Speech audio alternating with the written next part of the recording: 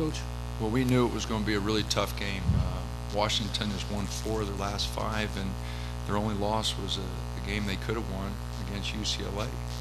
So we knew they were playing well. Wilcox and Suggs, in particular, have really played well. So, and they're such good athletes that second game doesn't bother them. So we knew we were going to have our hands full, and we sure did.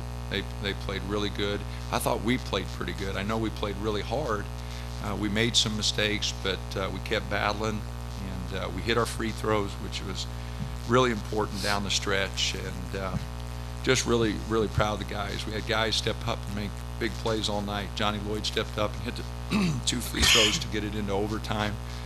I thought Arsalan's rebound put back in overtime was maybe the game-changing play. Tony Woods with a career-high 19. We went to him over and over again, and I thought he made good plays and played really strong. So it was a team effort. Got a lot of things from a lot of guys, and it was a game we hadn't played well, and so the guys really wanted to turn that around. I thought we played better tonight. Questions? Coach, in your first 2 wins over Washington, you had almost 11 free throw makes better than Washington did in each game. And I'm not sure what the free throws were tonight, but what is it that you guys were doing that caused you to go to the line so much? Well, they took a few more 3-pointers than we did, which always creates a little bit of an imbalance. But I thought we drove the ball at the basket.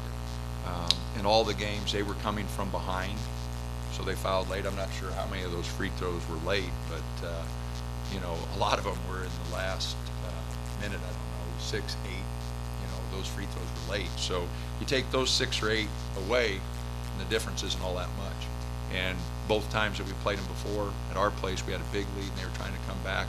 At their place we beat them 13 and they were trying to come back. So that, I think, is the only reason the free throw difference was there. Dana, it seemed like you sat Arsalan for an extended stretch in the second half, and that's what it looked like. Did you say anything at that point?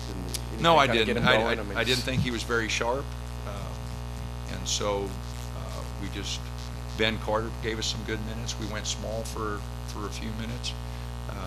But again, like I said, I thought he made big plays down the stretch, but I just didn't think he was very sharp there for a while to start the second half. I thought he played his tail off. Took the ball to the basket, made free throws, got us some big boards. I thought overtime was the best 5-minute period, no doubt. Arsalan, could you talk a little bit about the overtime? Did you see something or just getting fed the right places? First I want to thank Coach Altman for keep on encouraging me during the practice while we were back in Eugene, because as we all know, I had a really 2 tough game against Colorado and Utah, and he was just keep on encouraging me during the practice to be positive about it and just go to work. And then also, if some coaches play like I did in the first half, I'm not sure if we would have give him another chance to put him in this kind of game, because this is like a playoff game. So I just want to thank him for giving me a second chance.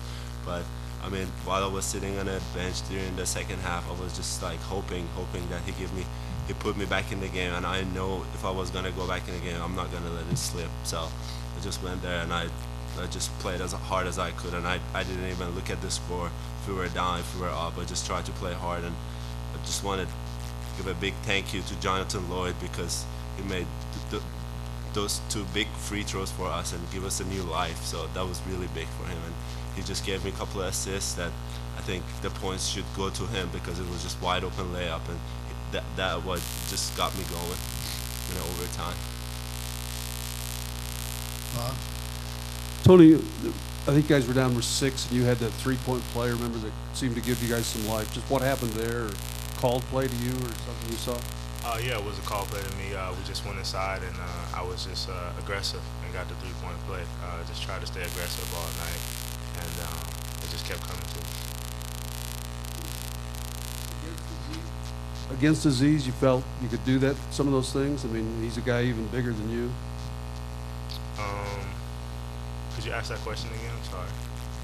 Did you sense something against Aziz? I mean, he's a guy even bigger than you, who some people have a real tough time against inside. You had pretty good success. Yeah, I was just trying to stay aggressive and just keep going at the rim. They weren't calling. Whistles weren't being blown tonight a lot under the basket. It was a really physical game, so I was just trying to stay aggressive and keep going at it. Like you said, he has a big presence and a big shot blocker, so it was a really physical game tonight. Dana, at the end of regulation, Jonathan took those 2 shots. Is that what you wanted? And obviously what resulted from it, him making those 2 big free throws and then getting the steal at the end. How big was he in that time? Well, he made the big plays. His percentages aren't such, but the 3 that he took was wide open. I mean, they had the middle pack. We tried getting something going to the basket, and they kicked it out to him. He had a wide open look. He just didn't hit it. He felt like he had to get something going at the basket. He pulled up strong at 15 and knocked down the 2 free throws. And then you're right, the last play, he got a hand on the ball. They were driving, and he got a hand on it and knocked it away and gave us a chance going to overtime. So he made good plays. But we were trying to drive the ball at the basket there in regulation, and maybe make a play for somebody. It just happened to be that when we drove, Johnny's man just went and doubled the ball and left him open. Dana, what were your opinions on Damian Dotson? He was hot early in the first half, and then he kind of, I think, locked up Wilcox in the second. He kind of cooled off a little bit. No, he played good. He played good. He was aggressive the first half. We wanted him to do that. The Oregon State game, he took a shot. He wasn't the same for he just couldn't move. He had a bad road trip. I don't think he scored much at Colorado or Utah. He just seemed to be stiff. And we talked, and I just told him to be really aggressive. If you don't want you taking a bunch of threes, but if you get that ball in the paint, be aggressive. And he was, and especially early. I thought he did a great job early driving the ball. In the back. Dana, you guys get to play Utah again, second time in just a few days. Obviously, they've got a lot of momentum. How tough is it to play? I mean, what do you see in the matchup that obviously didn't work out for you guys over the weekend and playing such a hot team right now? They are. They're playing very well, and they got a lot of guys who can score, and they're running stuff. And DeBose he's making play after play after play. The 3 hit to put it into overtime was just an unbelievable shot. So we're going to have a tough game. They've got big bodies and they've got depth, and so we are going to have to play awfully well. We gave them, they hit a lot of shots, but I thought we gave them a lot of confidence early by giving them early shots. And 5 of their first 7 points against us on the road were offensive rebounds and hit a 3 and offensive rebound putback layups. And they just got it off. It was their senior day, and they played with tremendous confidence. And they're going to play with tremendous confidence tomorrow. They've won 4 in a row. I mentioned Washington winning 4 or 5. Utah has now won 4 in a row. You can forget their record. You got confidence is 1 game away, and they've got 4 of them. So we're going to have to play really well. We're going to have to defend them tomorrow. They got guards that can really motor, and Washburn inside is tough. We're going to have to play really well because they are playing very well. It wasn't that Cal played bad today. I just thought Utah played really good. What went behind the decision to start Dominic today? I thought he was ready. He's still not. He's been out. We're going on 8 weeks now, and he struggled a little bit, but he'll bounce back. We got to get him more time. He's a big part of what we want to do. He got us started really well. He had 3 assists, and he made some nice plays. And he gave us good 18 minutes. He's going to have to play a little more tomorrow. Johnny played extended minutes and really worked hard. So D's going to have to step up tomorrow and play more. And it's tough. He's been out 8-9 weeks now. It's tough to get the flow back. Before he got hurt, we really had a flow going, 17-2, and he was doing one heck of a job shooting 50% from 3 in conference play. And he'll get that back. We just don't have much time here. We need him to bounce back tomorrow. Sure. Coach, given how there's 3 overtimes in this tournament, and someone on press row figured it was like 25 to 28 points difference total in what the scores have been. Are you surprised that this tournament's been this competitive? No, I'm not. I told the guys, every game's going to be a 40-minute game. if you look at the conference, every game was a 40-minute game. We didn't have that. You didn't have that many blowouts. Now, some team might get it going at home every now and then, but our league, I thought the talent level was really good. The freshman class is unbelievable. Our league, top to bottom,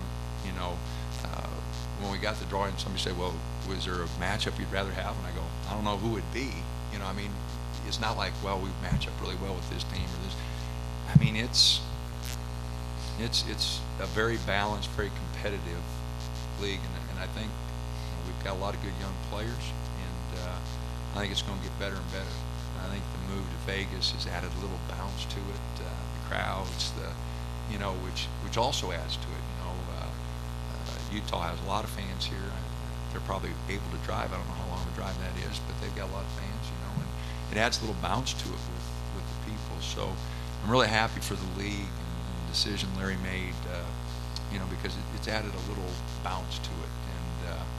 And, our fans can come in here and have things to do. So it's worked out really good. It's a great decision. But to finalize the answer on it, I just think all the games are going to go down. We're expecting a 40-minute game with Utah tomorrow. I know that. I know Arizona and UCLA are expecting to go 40. So the fans are going to see two pretty good games. I really believe that. Final one or two. Arsalan, and for Tony as well, you guys lost to Utah with a chance to win the Pac-12. Now you get to play them again just a few days later. Are you looking forward to a chance to redeem yourselves for what happened on Saturday? I really look forward to it. But that game is kind of gone, and I try to keep it out of my head because that was a game that really hurt our whole team, But that game is gone, and this is just a new life for every team, and we just gotta go out there and play against Utah. And they're really hot right now, and just gotta go and from the first minute and bring a great energy. I agree with Arsalan. We put it behind us that Saturday because we had a quick turnaround to come to Vegas and get ready. So we are excited to play them tomorrow, though. They're playing well, and that'll be, like Coach said, it'll be a 40-minute one, and should be a fun one down to the wire. Last question. Coach, how draining is it to have to play an overtime game this late into the night, and then tomorrow you're going to turn around and play again, and with the hopes of having to go and do another 40 or 50 minutes the day after? Doesn't matter. If you can't get excited, these guys are young. Hell, they stay up late anyway. Don't give me, well, we got late. I don't buy that at all. We'll get a good night's sleep. We'll get up. We'll let him sleep a little bit. Tony really likes to sleep. Tony's our best sleeper. He was our leading scorer tonight, but he is our best sleeper. And so, we'll get a little extra sleep. We'll be fine. And like I said, these guys, they want to play. They want to play, and like I said, lateness doesn't bother them. They're just getting going right now. So we'll be excited to play at 8:30 tomorrow. Utah will be excited to play at 8:30 tomorrow.